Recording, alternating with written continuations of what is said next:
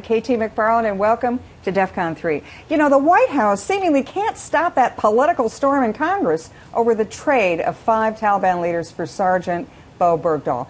Congressman Ted Poe's House Foreign Affairs Subcommittee will be holding a hearing on the Taliban prisoner swap with some of the parents of the Marines who died searching for Sergeant Bergdahl, and have them present as witnesses. Well, he's here to weigh in. Welcome so much, and thanks for joining us again. Thank you, KT. Chairman, tell me about this. Congress is just up in arms over this, literally, and it seems like Republicans and Democrats, House and Senate.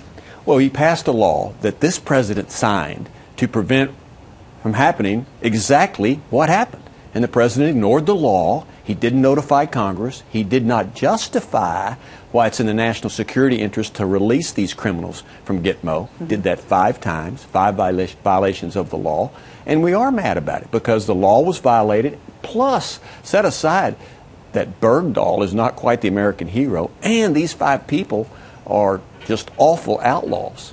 Well, you know, you're chairman of one of the terrorism subcommittee. What do you look at when you say, okay, we've got these Gitmo guys, we're releasing them, we supposedly have this deal, even though it probably wasn't a legal deal, but this deal where they're not going to rejoin the fight. How likely is it that these guys are just going to hang around in Qatar and not rejoin the fight against and kill Americans? I think when they have their R&R in Qatar, then they will meet up again with the Taliban. They have not changed their evil ways, if you will, down in Gitmo. They still want to destroy the West, destroy the United States, and I suspect that they will go back to business as usual since we let them go.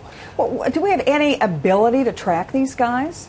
We already have been told that, and supposed to be under house arrest, now they're roaming freely around Qatar and Doha. Do we have any ability to sort of see if they keep their word, I guess? Well, of course, we can probably track them, but why are we now having to track the people that took forever to get captured by our troops to put in prison because they have caused terror throughout the world? So I don't know if we're going to track them or not. We're going to have to rearrest them again. They're going to commit crimes again, and we have to rearrest them. This is all nonsense.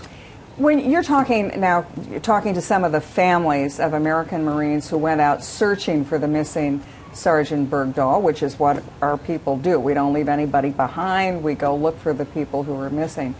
But you've got to really feel for the people who are coming to say, my child put his life at risk, may have lost his life, for to rescue somebody who, you know, is an American, but maybe it's a questionable thing. But also, my kids, what about the ones who were part of the rescue missions and capture missions to take those Gitmo prisoners in the first place? You're now saying, well, your efforts really don't matter anymore? That's the way it comes across from the administration. And some of those parents may have been lied to about what their sons may have been doing. And that also is something that's reprehensible by our government, that they would lie to families about the death of their son in combat. Okay, so you're mad as hell. So what are you going to do about it? Are you going to have a hearing?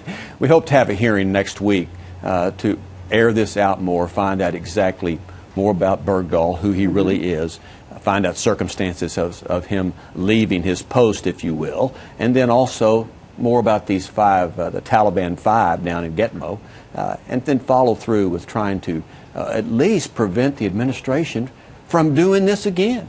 It sounds from the administration that this is just the first of 5 people who are going to be released from Guantanamo. So we're going to air all of that out publicly and let all the truth come out as to the Taliban 5, why the administration violated the rule of law, and also who Bergdahl is. Okay, well, you keep to it. Thank you very much for joining us for DEFCON 3. We've been talking to Congressman Ted Poe, House Foreign Affairs Committee.